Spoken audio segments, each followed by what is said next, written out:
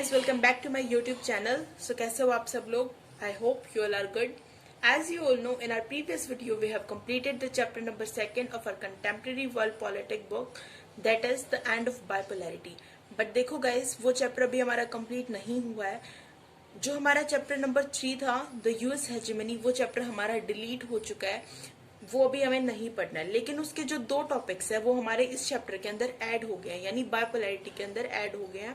और उसके साथ में 2 न्यू टॉपिक्स भी जो है वो हमारे ऐड हुए हैं. तो हमारा जो बाइपोलैरिटी चैप्टर है वो 1 से 1.5 चैप्टर बन चुका है, यानी बहुत लेंथी चैप्टर हो चुका है. But don't worry, take it easy. Syllabus का लिंक आप सबको डिस्क्रिप्शन बॉक्स में मिल जाएगा. सो स्टार्ट करते हैं हमारा first topic, that is the unipolar world. देखो, यूनिपोलर का मतलब क्या होता है? यूनिपोलर नाम से ही समझ आ रहा है, यानी हमारी बाइपोलैरिटी का एंड हो चुका था और सिर्फ हमारी एक सुपर पावर बच गई थी. कौन सी थी वो हमारी super power? USA. Sudden collapse of USSR surprised everyone. USSR का कोलैप्स यानी डिसइंटीग्रेशन कब हुआ था? 1991 में. जब हमारा यूएसएसआर जो है वो कोलैप्स हो चुका था, तो हमारी सिर्फ एक सुपर पावर बची थी, that is USA. US hegemony began इन 1991. देखो 1991 में क्या था? यूएस हेजेमनी शुरू हो गई थी. यूएस हेजेमनी का मतलब क्या है? यूएस की दादागिरी, यूएस की डोमिनेंस. देखो, ये कहना कुछ हद तक सही है कि उसकी जो डोमिनेंस थी वो 1991 में यानी सोवियत यूनियन के डिसइंटीग्रेशन के बाद स्टार्ट हुई थी. बट लेकिन इसके साथ कुछ एस्पेक्ट्स भी है जो हमें माइंड में रखने चाहिए. वो 2 एस्पेक्ट्स क्या है? Some aspects of US hegemony approved not in 1991 but in 1945 after the second world war at the time of atomic bomb. देखो, जब हमारे अमेरिका ने ना हिरोशिमा और नागासाकी पे एटम बम गिराया ना, तो बहुत सारे लोगों का क्या कहना था कि यूएस ने क्या किया था? अपनी डोमिनेंस शो करने के लिए एटम बम गिराया था. अदरवाइज जो जापान है वो सरेंडर करने वाला था. तो यानी जो हमारी यूएसए की जो डोमिनेंस थी, उसकी जो दादागिरी थी, वो 1991 से नहीं बल्कि सेकेंड वर्ल्ड वॉर के खत्म होने के टाइम से स्टार्ट हो चुकी थी. सेकंड क्या था? The US did not start behaving like the super power right from 1991. यानी जो यूएस है ना, उसने ये नहीं था कि जब यूएसएसआर डिसइंटीग्रेट हुआ जब से ही वो सुपर पावर की तरह रिएक्ट करता था, बल्कि उससे पहले ही उसने as a super power behave करना स्टार्ट कर दिया था. सो इसी के साथ हमारा यूनिपोलर वर्ल्ड जो टॉपिक है वो खत्म होता है. लेकिन अब हम लोग पढ़ेंगे उस प्रोसेस के बारे में जिसने यूएस हेजेमनी को एस्टेब्लिश किया था, that is Gulf War. It is also the second topic of our book. देखो क्या हुआ था, अगस्त 1990 में जो इराक था ना, उसने कुवैत के ऊपर कब्जा कर लिया था और उसे लगातार हड़पने की कोशिश कर रहा था. लेकिन जब कुवैत ने बहुत सारी कोशिश की इराक को समझाने की, बहुत सारे डिप्लोमेटिक अटेम्प्ट्स भी किए गए, लेकिन जब वो नहीं माना तो जो यूएन था ना, हमारा यूनाइटेड नेशन जो है, उसने क्या किया था? उसने ही mandated the liberation of Kuwait by force. Liberation of Kuwait by force क्या था? यानी एक 34 कंट्रीज की यूनियन बनाई गई जिसमें हमारे 6,60,000 ट्रूप्स गए थे. यानी ये जो है ये मिलके जाएंगे, इराक के साथ फाइट करेंगे और हमारे कुवैत को छुड़वा के लाएंगे. ये था liberation of Kuwait by force. उस टाइम पे यूएस के प्रेसिडेंट कौन थे? George H.W. बुश. उन्होंने क्या है, एक न्यू वर्ल्ड ऑर्डर पास कर दिया था. देखो, ये नाम हमेशा याद रखा करो, 1 मार्क के लिए बहुत ज्यादा इंपॉर्टेंट है. A massive coalition force of 6,60,000 troops and 34 countries fought against Iraq and defeated it, what came to be known as the first Gulf War. यानी जो हमारी 6,60,000 जो ट्रूप्स गए थे और 34 कंट्रीज थे, उन्होंने मिलकर इराक के खिलाफ लड़ाई की और उसको हराया, और उसी को हम लोग क्या कहते हैं? First Gulf War. जो यूएन का ऑपरेशन था ना, उस ऑपरेशन का नाम क्या है? Operation desert storm. और वो पूरी तरह से अमेरिकन था. देखो अमेरिकन कैसे था? जो अमेरिकन जनरल थे ना, नॉर्मन सचवर्सकॉफ, देखो मेरी प्रोनाउंसिएशन थोड़ी खराब है, उसे इग्नोर करना. उन्होंने हमारे यूएन कोएलिशन को लीड करा था. और उस यूएन कोएलिशन थी ना जो हमारी, यानी जो 34 कंट्रीज की थी, उसमें जो 75% फोर्सेस थी वो हमारी किसकी थी? यूएसए की थी. इसलिए उसको हम लोग अमेरिकन भी बोलते हैं. इराक के जो प्रेसिडेंट थे सद्दाम हुसैन, उन्होंने क्या प्रॉमिस किया था कि the mother of all battles, यानी इस जो हमारा गल्फ वॉर था ना, उसको उन्होंने क्या कहा था? The mother of all battles. और जो इराकी फोर्सेस थी वो बहुत जल्दी हार गई थी और उन लोगों को जो है वो कुवैत को विड्रॉ भी करना पड़ा, यानी कुवैत को छोड़ना भी पड़ा. The highly published use of so-called smart bombs by US lead observers called this a computer war. देखो उस टाइम पे क्या था, यूएसए ने बहुत ज्यादा स्मार्ट बॉम्ब्स का यूज किया था और जिसकी वजह से ऑब्जर्वर्स ने इसको क्या नाम दिया था, कंप्यूटर वॉर. और wide spread on television coverage also made it a video game war. इसकी देखो क्या हुआ था, पूरे जो हमारा ये गल्फ वॉर चला था ना, इसकी पूरे की लाइव कवरेज हुई थी टेलीविजन पे, जिसकी वजह से लोगों ने इसे क्या कहा था, वीडियो गेम वॉर भी कहा था. यूएस ने जो है, देखो जो हमारा यूएसए था ना, उसने इस वॉर से एक्चुअल में इतना ज्यादा प्रॉफिट कमाया था जितना कि उसने इस वॉर के अंदर खर्च भी नहीं किया होगा. अकॉर्डिंग बहुत सारी रिपोर्ट्स के अकॉर्डिंग क्या है, US received much more money from Germany, Japan and Saudi Arabia then it had spend. यानी जितना इसने इस वॉर में खर्चा किया ना, उससे कई गुना ज्यादा इसने पैसा कमा लिया था. किन कंट्रीज से, Germany, Japan and Saudi Arabia. इसी के साथ हमारा फर्स्ट गल्फ वॉर जो है वो कंप्लीट होता है और यही गल्फ वॉर की वजह से जो है वो हमारी यूएस हेजेमनी और ज्यादा एस्टेब्लिश्ड हुई थी. So let move towards a new topic. So our next topic is 9/11 and the global war on terror. देखो अब आप लोग सोचोगे कि इस टॉपिक के बारे में तो मैंने बताया ही नहीं था, ये टॉपिक कहाँ से आ गया. देखो ये टॉपिक जो हमारा अफगानिस्तान सिविल वॉर हुआ था ना, उसी का एक पार्ट है. बट मैं आप लोगों को यहाँ पे इसकी डिटेल समरी इसलिए दे रही हूँ क्योंकि इस टॉपिक की डिटेल पता होना आप लोगों को बहुत ज्यादा जरूरी है, आपको हमेशा काम आता है. इसलिए पहले मैं इसको डिटेल में करवाऊंगी. आगे भी हम लोग इसके बारे में ब्रीफ में और पढ़ेंगे, बट अभी इसकी डिटेल को जानते हैं कि एक्चुअल में ग्लोबल वॉर ऑन टेरर था क्या. देखो 11 सितंबर 9/2001. सबसे पहले आप सोचोगे 9/11 क्यों लिखा गया है. हमारे इंडिया में क्या होता है, हम लोग डेट को आगे लिखते हैं, मंथ को पीछे लिखते हैं. लेकिन जो अमेरिका है ना, उसमें उल्टा होता है, उसमें हमारा मंथ आगे होता है और हमारी डेट पीछे होती है. तो 9/11 का मतलब क्या है, 11 सितंबर. 11 सितंबर 2001 को क्या हुआ था, 19 हाईजैकर्स थे, ज्यादातर वो अरब नेशंस में थे. उन्होंने क्या किया था, हमारे यूएस के 4 एयरक्राफ्ट को हाईजैक कर लिया था और यूएस में क्रैश किया था. बहुत ज्यादा इंपॉर्टेंट बिल्डिंग जो थी ना यूएस की, उनमें वहां पे ले जाके उन्हें हाईजैक कर दिया था. देखो पहले जो 2 टारगेट थे वो तो कौन कौन से थे, north and south towers of WTC. WTC क्या है, जो हमारा वर्ल्ड ट्रेड सेंटर है ना अमेरिका में, उसका नॉर्थ और साउथ टावर के ऊपर हमारे पहले 2 टारगेट किए गए थे. थर्ड टारगेट कहाँ था, Pentagon building in Arlington Virginia from where US defence department headquarters. यानी कहाँ पे था इसका थर्ड टारगेट, पेंटागन में, जहाँ पे हमारे यूएसए के डिफेंस डिपार्टमेंट हेडक्वार्टर्स है. इसका जो फोर्थ था ना एयरक्राफ्ट, वो मिस, उसने अपना गोल यानी जो उसका टारगेट था ना वो मिस कर दिया था और एक ओपन फील्ड में जाके क्रैश हो गया था. कहाँ था वो ओपन फील्ड, पेंसिल्वेनिया. यानी उसका मेन टारगेट तो कैपिटल बिल्डिंग थी यूएस कांग्रेस की, बट वो गोल जो था उसका मिस हो गया था और वो ओपन फील्ड में जाके क्रैश हो गया था. ये थे इसके 4 टारगेट जहाँ पे लोगों ने अपने प्लेन एयरक्राफ्ट को जाके क्रैश किया था. इसमें क्या हुआ था, 3000 पर्सन जो है वो किल हुए थे.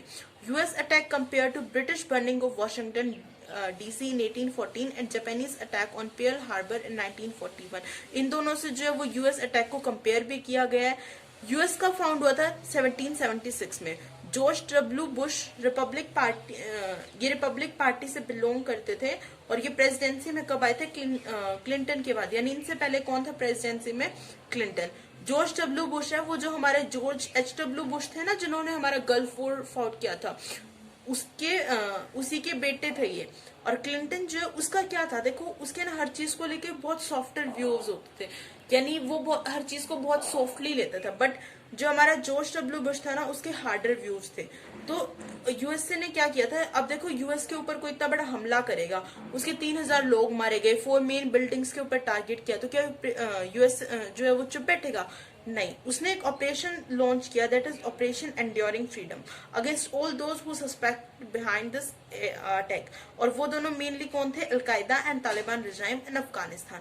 यानी अफगानिस्तान में हमारी 2 मेन टेररिस्ट ऑर्गेनाइजेशन थी, that is al Qaeda and Taliban regime.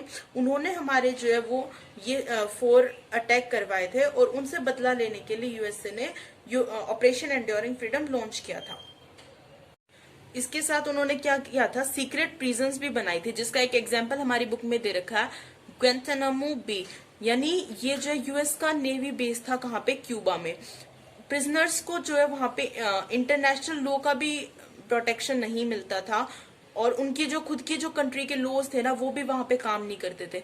Even जो हमारे यूनाइटेड नेशन के जो रिप्रेजेंटेटिव्स थे ना, वो भी हमारे उन प्रिजनर से नहीं मिल सकते थे, इतने ज्यादा मतलब वो सीक्रेट वहां पे प्रिजन्स बनाए गए थे। इसके साथ हमारा 9/11 the global war on terror वाला जो टॉपिक है वो कंप्लीट होता है। Let move towards a newly added topic that is Middle East crisis Afghanistan. देखो, इस टॉपिक को शुरू करने से पहले हमें अफगानिस्तान के बैकग्राउंड के बारे में पता होना चाहिए। अफगानिस्तान का फुल नेम क्या है? Islamic Republic of Afghanistan. ये एक लैंडलॉक कंट्री है। देखो, लैंडलॉक कंट्री क्या होती है? जो किसी भी ओशियन से उसकी जो बाउंड्रीज है वो टच नहीं करती हैं। इसकी कन्फ्लुएंस क्या है? It's confluence of central, western and south Asia. और कंपोजिशन इसमें मेनली जो है तजिक, पश्तुन्स, हजारस एंड उज्बेक, ये हमारी इसकी मेन कंपोजिशन है, यानी ये लोग यहाँ पे रहते हैं। अहमद शाह अब्देल जो है वो इस स्टेट के फाउंडर थे। कब फाउंड किए थे उन्होंने? 18वीं सेंचुरी में। 19वीं सेंचुरी में अफगानिस्तान जो है वो एक बफर स्टेट बन गया था। देखो, बफर स्टेट क्या होता है? यानी दो जो हमारी कंट्रीज होती है ना, दो नेशंस के बीच का एक नेशन होता है जो दोनों की बाउंड्रीज को टच करता है। जैसे Nepal is a buffer state between India and Russia. So similarly ये हमारे यूएसएसआर और ब्रिटिश इंडिया के बीच में एक बफर स्टेट बन गया था Afghanistan. Nepal is a buffer state between India and China. In 1893 एक ड्यूरेंट लाइन पास हुई थी अफगानिस्तान को इंडिया से सेपरेट करने के लिए, जो किसने बनाई थी? यूएसएसआर ने। अब वो नहीं मानी जाती है, अब इस मतलब उसे फॉलो नहीं किया जाता है। देखो, ये तो था अफगानिस्तान के बारे में। लेकिन सिविल वॉर में क्या हुआ था? हमारे 3 मेजर्स वॉर हुए थे, जिसमें पहला क्या था? Soviet invention. सोवियत इन्वेंशन कब हुआ था? 1979 से 1989 में हुआ था। वॉर के बारे में पढ़ने से पहले हम लोग उसका बैकग्राउंड चेक करते हैं। देखो, अप्रैल 1978 में क्या होता है? जो गवर्नमेंट की जो दाऊद की जो गवर्नमेंट थी ना, उसे ओवरथ्रो कर देता है। कूप आता है, दाऊद की गवर्नमेंट को ओवरथ्रो कर देता है। वहां पे लेफ्टिस्ट रूल आ जाता है, यानी पीपल डेमोक्रेटिक पार्टी आ जाती है अफगानिस्तान की। और जो न्यू गवर्नमेंट थी ना, वो उसको सोवियत सपोर्ट करता था, यानी हमारी यूएसएसआर सपोर्टेड थी वो। और वो न्यू रिफॉर्म्स लेके आया था। न्यू रिफॉर्म्स क्या क्या थे? Take land from richers and give to the poorers, यानी अमीरों से जमीन लेके वो गरीबों को दे देता था। वुमेन्स को फ्रीडम दिया गया था। लेकिन जो मुस्लिम थे ना, एंटी कम्युनिज्म के, एंटी कम्युनिज्म मतलब जो सोशलिज्म के खिलाफ थे, यानी जो कैपिटलिज्म को सपोर्ट करते थे, उन मुस्लिम ने क्या किया था? इन रिफॉर्म्स का अपोज किया था। और पीपल डेमोक्रेटिक पार्टी जो थी हमारे अफगानिस्तान की, उसका भी अपोज करता था। और दिस अपोजिशन और fight bye Muslim is called the call of जिहाद। यानी जो हमारे ये मुस्लिम्स थे ना, इन्होंने इस अपोजिशन को क्या नाम दिया था? कॉल ऑफ जिहाद। मुजाहिदीन जो थे वो कौन थे? Group of Muslim from both rural and urban areas backed by US. यानी जो हमारे ये मुस्लिम्स थे, दोनों रूरल और अर्बन एरियाज से जो हमारे मुस्लिम का जो ग्रुप था, उसे हम लोग मुजाहिदीन नाम देते हैं। और इनको सपोर्ट कौन करता था? यूएस से। अब देखते हैं सोवियत इन्वेंशन। सोवियत इन्वेंशन कब हुआ? 24 दिसंबर 1979 को ये हुआ, जिसमें 1 लाख ट्रूप्स जो थे यूएसएसआर के, उन्होंने फाइट किया था। और हमारी जो अफगानिस्तान की मेजर जो सिटीज थी उनको भी कंट्रोल करते थे। मुजाहिदीन जो थे उन्होंने क्या किया? वो भाग गए और जाके माउंटेन्स में छुप गए थे। देखो, इन लोगों की एक बहुत अच्छी बात थी मुजाहिदीन की, ये गोरिल्ला वॉर में बहुत ज्यादा फेमस थे। देखो, गोरिल्ला वॉर क्या होता है? यानी जहाँ पे छुप के लड़ाइयाँ होती है, ये छुप के हमले करते हैं, hidden war, that is gorilla war. ये उसमें बहुत ज्यादा एक्सपर्ट होते थे। मुजाहिदीन को कौन सपोर्ट करता था? USA, China and Pakistan. Pakistan उन्हें क्या करता था? वापस से उन्हें वेपन सपोर्ट भी मिलता था और उन्हें ट्रेनिंग भी मिलती थी। 1985 में क्या होता है? मिखाइल गोर्बाचोव जो है वो हमारे प्रेसिडेंट बन जाते हैं। अब देखो, जब वो प्रेसिडेंट बने ना मिखाइल गोर्बाचोव, और बहुत सारे रिफॉर्म्स लेके आए, तो उन्होंने जो है इन ट्रूप्स का विड्रॉवल की अनाउंसमेंट कर दी थी। वो क्यों अनाउंसमेंट की थी? क्योंकि देखो, ये वॉर ना काफी लंबे टाइम से चल रहा था। सोवियत यूनियन के भी आदमी मर रहे थे और उधर से जो हमारे मुजाहिदीन से वो भी मर रहे थे, तो वॉर से कोई भी फायदा नहीं हो रहा था, कोई बेनिफिट नहीं हो रहा था। इसकी वजह से हमारे जो मिखाइल गोर्बाचोव थे, उन्होंने क्या किया था? इसकी विड्रॉवल की अनाउंसमेंट कर दी थी। 1986 में Soviet backed by government led by Mohammad Najibullah came to power. Mohammad Najibullah जो है वो पावर में आ गए थे और 1989 में सारी ट्रूप्स जो है वो वापस चली गई थी। अब देखो, 1979 में वॉर स्टार्ट हुआ और 1989 में सारी ट्रूप्स वापस चली गई, यानी इसी के साथ हमारा सोवियत इन्वेंशन जो है वो हमारा खत्म हो गया था। यानी 10 इयर्स तक हमारा ये वॉर चला था और एट लास्ट ये सारी ट्रूप्स वापस चली गई थी। अब हम सेकंड वॉर की तरफ जाते हैं, अफगानिस्तान सिविल वॉर। देखो, अफगानिस्तान सिविल वॉर कब हुआ था? 1986 टू 1996, ये भी 10 इयर्स चला था। सोवियत यूनियन का जब डिसइंटीग्रेशन हुआ ना 1991 में, तो जो गवर्नमेंट थी ना सोवियत बैक्ड गवर्नमेंट, वो फेल हो गई थी। यानी अफगानिस्तान में जिस गवर्नमेंट को सोवियत सपोर्ट करता था वो फेल हो गई थी। मुजाहिदीन ने जो है वो सारा रूल ले लिया था और जो बुरहानुद्दीन रुमानी थे वो प्रेसिडेंट बन गए थे। तालिबान रूल एमर्ज होके आया था और जिसको सबसे ज्यादा Taliban rule emerge largest and most powerful with their base at Kandahar. Taliban rule का बेस कहाँ पे था? कंधार में। और सितंबर 1996 में क्या होता है, वो जो हमारी अफगानिस्तान की कैपिटल क्या है, काबुल, उसको सीज कर लेते हैं, यानी उस पर कब्जा कर देते हैं और अफगानिस्तान को एक तालिबान स्टेट डिक्लेयर कर देते हैं। हुल्ला मोहम्मद कुमार जो है वो इसके हेड थे और अफगानिस्तान जो है वो फुल्ली इस्लामिक स्टेट बन जाती है। ये था हमारा अफगानिस्तान सिविल वॉर। अब इसमें ना एक तालिबान रूल के बारे में हम लोग पढ़ेंगे। तालिबान रूल कब हुआ था? हमारे 1996 में आया था और 2001 तक चला था।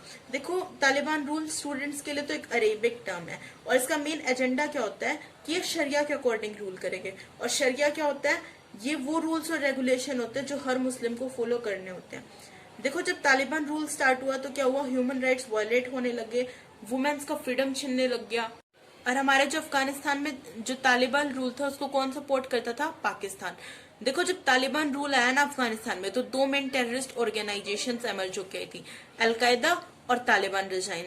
और इन दोनों टेररिस्ट ऑर्गेनाइजेशन ने हमारे दो मेन अटैक किए थे, that is bombing of USA and 9/11 global war और टेरर, जिसके बारे में मैंने आपको अभी पढ़ाया था।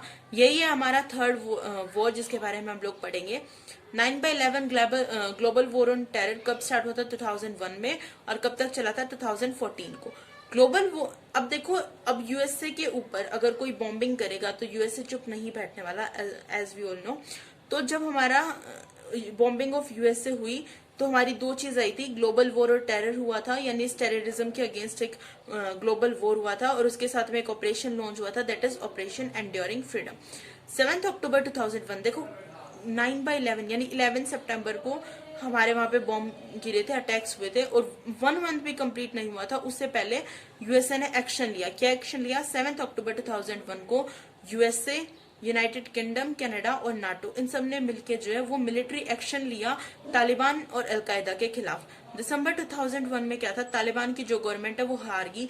देखो, इतनी जल्दी जो है इन लोगों ने मिलकर क्या किया था, तालिबान गवर्नमेंट को हरा भी दिया था और गोरिल्ला वॉर हुआ था किसके साथ? आईएसएफ क्या है? इंटरनेशनल सिक्योरिटी असिस्टेंस फोर्स, यानी जो हमारी USA, United kingdom, Canada, NATO जो है यही हमारी आईएसएफ थी और इनका जो है वो तालिबान गवर्नमेंट के साथ गोरिल्ला वॉरफेयर भी हुआ था जिसमें कि हमारी तालिबान गवर्नमेंट गिर गई थी। नेक्स्ट इज न्यू प्रेसिडेंट फिर कौन बने थे अफगानिस्तान के? हामिद करजी। तालिबान इंसर्जेंसी यानी जो तालिबान का जो रूल था ना, उन लोगों ने उसके बाद भी लगभग ये 10 साल तक चला था और इसे दोबारा भी कई सिटीज को रिकैप्चर करने की कोशिश की थी। और देखो, यूएस से मई 2011 में यूएस ने लादेन को मार दिया गया था। लादेन कहाँ मरा था? सबको पता है ना, अबैताबाद, पाकिस्तान में। हमने एक मूवी में भी देखा है। और इस ऑपरेशन को का ऑफिशियल नेम क्या था? Operation Neptune spear. Mohammad Kumar भी 2016 में किल्ड, उसको भी मार दिया गया था। 2014 में जो है आईएसएफ ने अपनी सारी ट्रूप्स को वापस बुला लिया गया था। और फरवरी 2020 में क्या हुआ था? 18 साल के बाद सारी जो ट्रूप्स थी वो अफगानिस्तान से वापस चली गई थी।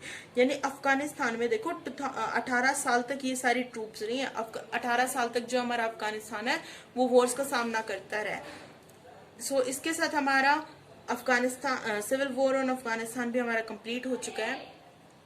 Late move towards our new topic CIS। देखो, CIS का मतलब क्या है? कॉमनवेल्थ ऑफ इंडिपेंडेंट स्टेट, यानी जो हमारी न्यूली इंडिपेंडेंट स्टेट्स थी। न्यूली इंडिपेंडेंट स्टेट्स कौन सी? जो सोवियत यूनियन के डिसइंटीग्रेशन के बाद जो सोवियत यूनियन की हमारी 15 स्टेट्स थी ना, वो इंडिपेंडेंट स्टेट।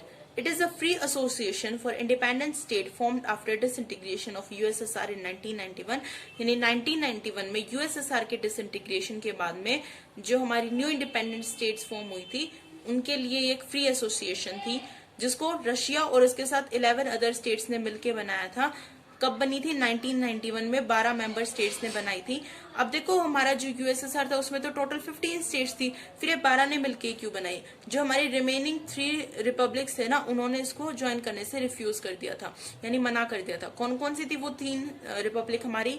लिथुनिया, लिटेनिया एंड एस्टोनिया। और देखो क्या हुआ था, एक अलमाता डिक्लेरेशन साइन हुआ था जिसका एम क्या था कि ये इंटरनल और एक्सटर्नल दोनों पॉलिसीज में कोऑपरेट करेंगे। यानी ये जो 12 मेंबर स्टेट्स थी ना इसकी, ये सारे इंटरनल और एक्सटर्नल पॉलिसी में कोऑपरेट करेंगे। अब देखते हैं ऑब्जेक्टिव्स क्या क्या थे सीआईएस के। Sovereignty and equality of all members, यानी ये क्या चाहता था कि हमेशा इक्वालिटी रहे सबके बीच में। Independent and equal status under the international law, यानी इंटरनेशनल लॉ के अंडर जो है वो सबको इक्वल स्टेटस मिले, इंडिपेंडेंस मिले। और इसके मेन एम क्या क्या थे, डेवलपमेंट भी, फ्रेंडशिप भी और म्यूचुअल कोऑपरेशन भी। और ये जो इंटरनेशनल पीस और सिक्योरिटी को भी बढ़ाना चाहते थे, यानी इसका मेन एम क्या था, कोई वॉर ना हो, हर जगह जो है वो शांति रहे और सिक्योरिटी रहे। इसके फंक्शंस क्या क्या थे, coordinate it member policy regarding trade, economic, foreign relation, defence, immigration, environmental protection laws. यानी इसका मेन फंक्शन क्या था कि ये जो सारे मेंबर स्टेट्स हैं वो कोऑर्डिनेट करें किसी भी trade, economic, foreign relation, defence, इन सारी पॉलिसीज को लेके जो सारे मेंबर स्टेट्स हैं वो कोऑपरेट करें। And cooperate in economy, military and political affairs, trade and finance, यानी ट्रेड में, फाइनेंस में, इकोनॉमिक, मिलिट्री, पॉलिटिकल सारे अफेयर्स में ये लोग जो है वो कोऑपरेट करें। And make policy regards cross border crime protection. Cross border crime protection क्या होता है, देखो इनका जो बॉर्डर था ना, कंट्री का जो बॉर्डर होता है उसके प्रोटेक्शन के लिए भी जो है ये लोग मिलके पॉलिसीज बनाएंगे। ये थे इसके मेन फंक्शंस। एंड फोरम क्या क्या था, इसमें कौन कौन होते हैं, हमारे prime minister, council heads and president of all these countries. हमारे प्राइम मिनिस्टर और काउंसिल हेड और इन 12 कंट्रीज के प्रेसिडेंट्स। इसी के साथ हमारा सीआईएस टॉपिक भी कंप्लीट होता है। Let move towards a new topic that is the 21st century, the Arab Spring. Arab Spring देखो क्या होता है, इसको स्टार्ट करने से पहले ना इसके पीछे एक कहानी थी जिसका आप सबको पता होना चाहिए कि अरब स्प्रिंग की शुरुआत कैसे हुई। पहले इसकी डेफिनेशन देखते हैं। It is a loosely related group of protest that results in regime changes in countries such as Tunisia, Egypt, Libya etcetera. देखो जो तुनीशिया, इजिप्ट और लीबिया जैसी जो कंट्रीज थी ना, वहां पे बहुत सारे प्रोटेस्ट होने स्टार्ट हो गए थे। वो क्यों हुए थे, किस वजह से हुए थे, वो हम देखते हैं। और उसी ग्रुप ऑफ प्रोटेस्ट ने जो है वो एक रिजाइम बना दिया था, और उसी रिजाइम को हम लोग क्या नाम देते हैं, अरब स्प्रिंग। 21st सेंचुरी में देखो क्या होता है, emergence of new development for democracy and democratization in West Asian countries. One such event is known as Arab Spring. 21st century में हमारे डेवलपमेंट और डेमोक्रेसी के लिए नए जो एमरजेंस जो स्टार्ट हो जाती है वेस्ट एशियन कंट्रीज में, उसी एक इवेंट को नाम दिया गया अरब स्प्रिंग। अरब स्प्रिंग कब स्टार्ट हुआ था, दिसंबर 2010 में। देखो इसमें क्या था, तुनीशिया का ना एक वेंडर था, वेंडर कौन होता है, सब्जी बेचने वाला, जिसका नाम था मोहम्मद बुआजीजी। उसने क्या किया था, उसने अपने आप को जो है वो उसने अपने आप को जला लिया था प्रोटेस्ट करते हुए। देखो उसने प्रोटेस्ट किस बात के लिए किया, उसका जो वो एक सब्जी का ठेला था जिसको पुलिस ने वहां से जो है उसको सीज कर लिया था। सीज क्यों करा था, क्योंकि उसके पास जो है वो परमिट लाइसेंस नहीं था, यानी उसके पास परमिट लेटर नहीं था, जिसकी वजह से उसके वेजिटेबल की जो ठेला था ना उसे उन लोगों ने सीज कर लिया। अब एक इंसान जिसका रोजी रोटी जो है वो सब कुछ वो था, और वही अगर आके पुलिस वहां पे जब्त कर ले, दादागिरी करे, तो उसके लिए उसने प्रोटेस्ट स्टार्ट किया था और अपने आप को जला लिया था प्रोटेस्ट करते हुए। यहीं से जो है हमारा अरब स्प्रिंग स्टार्ट हुआ था। Arab spring took its roots in Tunisia, where struggle against the corruption, poverty was started by public, which turned it a political movement because people considered existing problem as outcome of autocratic dictatorship. Arab spring ने अपनी roots जो है वो Tunisia में, यानी Tunisia में अरब spring फैला था, जहाँ पे करप्शन, पॉवर्टी और इन सब के लिए स्ट्रगल स्टार्ट हुआ था। पब्लिक ने देखो ये स्ट्रगल क्यों स्टार्ट किया था, इसको एक पॉलिटिकल मूवमेंट की तरह उन लोगों ने स्टार्ट कर दिया, क्योंकि उनका मानना था कि ये जितनी भी जो हमारी प्रॉब्लम्स हो रही है ना, ये किसका आउटकम है, ऑटोक्रेटिक डिक्टेटरशिप का। इसलिए उन लोगों ने डेमोक्रेसी की डिमांड स्टार्ट कर दी थी। This protest is known as jasmine revolution, और इस प्रोटेस्ट को क्या नाम दिया गया था, जैस्मिन रिवॉल्यूशन। जाइन अल अब्दानी और बैन अली वो तुनीशिया के हमारे प्रेसिडेंट थे, जिनको वहां से हटा दिया गया था और वो सऊदी अरेबिया में भाग गए थे। अक्टूबर 2011 में क्या होता है, डेमोक्रेटिक पार्लियामेंट्री इलेक्शन जो है वो स्टार्ट हो जाते हैं, और डेमोक्रेसी की डिमांड भी तुनिशिया में स्प्रेड हो जाती है and spread throughout the Muslim dominated Arab countries in West Asia. यानी वेस्ट एशिया में जितने भी मुस्लिम डोमिनेटेड अरब कंट्रीज थी वहां हर जगह जो है वो डेमोक्रेसी की डिमांड जो है वो स्प्रेड हो जाती है। Hosni Mubarak, the president of Egypt in 1979, overthrown as a result of massive democratic protest. होन्सी मुबारक कौन थे? हमारे इजिप्ट के प्रेसिडेंट थे। वो भी हमारे इसी डेमोक्रेटिक प्रोटेस्ट की वजह से ओवरथ्रो कर दिए गए थे। और किस प्रोटेस्ट में वो ओवरथ्रो किए गए थे? In Tahrir Square protest started in January 2011। इसके अलावा मैंने बताया था बहुत सारी कंट्रीज में भी अरब स्प्रिंग हुआ था। लिबिया में क्या था? Muammar Gaddafi executed on road in October 2011। Syria में भी क्या हुआ था? टेररिज्म को लेकर एक सिविल वॉर हुआ था। Arab spring influence also seen in Yemen, Bahrain, Libya and Syria where similar protest seened. यानी अरब स्प्रिंग ने अपनी रूट्स जो है वो सारी अरब कंट्रीज में फैला रखी थी जहां पे सिमिलर इसी तरह के कुछ प्रोटेस्ट हुए थे। सो इसी के साथ हमारा ये टॉपिक कंप्लीट होता है। हमारा द एंड ऑफ बाइपोलैरिटी इसी के साथ कंप्लीट होता है। आप सबको अगर मेरे नोट्स चाहिए तो इसके लिए मैं अपने डिस्क्रिप्शन बॉक्स में अपना इंस्टाग्राम का लिंक डाल रही हूँ। आप सबको मेरे नोट्स वहां से मिल जाएंगे। Hope guys you like my video. So please go like, share, comment and subscribe my channel for more videos. Thank you.